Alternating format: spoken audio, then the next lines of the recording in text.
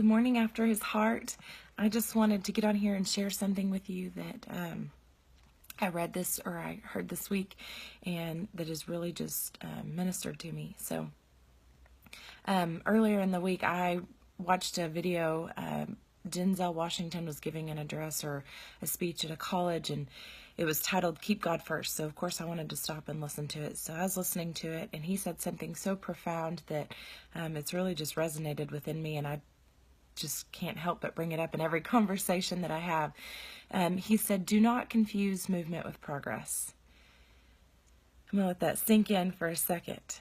I've even said this before. Worry's like a rocking chair. It can keep you busy, but you're not going anywhere. But something about this movement, do not confuse movement with progress, really just resonated within me, and it just has shook me to my core in a good way. The Lord has really been dealing with me the last year over, or even probably longer, on decluttering my life, our home, our schedules, my mind, my thoughts, everything. He even had me declutter my quiet time in the morning. And so this was a really good, it just really hit home with me, because I used to get up in the mornings and my quiet time was, I have 30 different devotionals. Like, some of them are 1 minute, some of them are 5 minute, but I would get up every morning and I would speed read through those 30 different devotionals, and I would feel good about that, and I would check my little mark off, and I had my quiet time, I had my word time, and I'd go about my day. But then whenever it came down to it, I couldn't remember anything that I read. It was a check mark. It was probably my heart intent. I was more concerned about getting more done, reading more devotionals than anybody else, and the word wouldn't stick with me. And so that just really hit home. Do not confuse movement with progress. Do not confuse more with better. We have got to declutter, and I don't know if the Lord's been speaking to you about that, especially during this season, during this amazing Christmas season where it's supposed to be about Jesus Christ, where we're supposed to be letting peace reign in our lives and the Lord lead and guide our steps.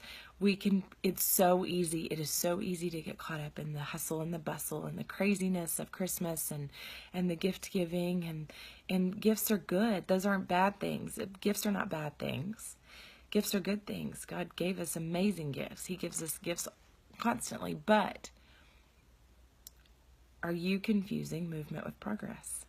Are you confusing more with better?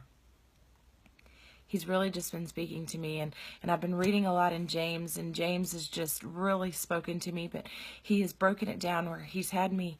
I've literally been in the first two chapters of James for weeks now. But it's not about how much word we read. It's about how much word we read and we act on. How much word we read and we can remember, we can recall, we can put into action, we understand. I could read the entire book of James in one day, in one sitting, and if I remember nothing and it nourished me, it may have nourished me for the moment, but if I can't remember any of it and I just read it as a tick mark, what was my heart intent? Did I remember any of it? Did I put any of it into practice? I think God would rather have us read one scripture a day, and it feed us and nurture us all day, than read the entire Bible in 1 year. So and I'm not saying anything negative. If you're reading the Bible in a year, go you. God can still speak to you through that. But just slow down. Take a second. Do not confuse movement with progress. Progress is whenever you can read the word and you can put it into action. So I want to encourage you today. Don't just read the word. Don't just get into the word just to tick it off. But what's your heart intent? What do you want to get out of it?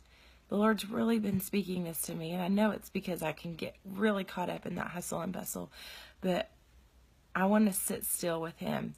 And if I just read one scripture a day, or if I end up just praying and just talking to the Lord and allowing Him to minister back to me, my quiet time will be more fruitful than if I read the entire Bible in one sitting.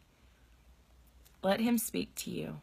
Let Him love on you, and take everything that you read, take something away with you, and let it minister to you throughout the day.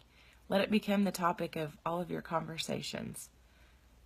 Not obnoxiously, but in love. Let it just so nourish you that it's what you want to give back to others. Love you guys. I hope you have an amazing day, and we'll see you later.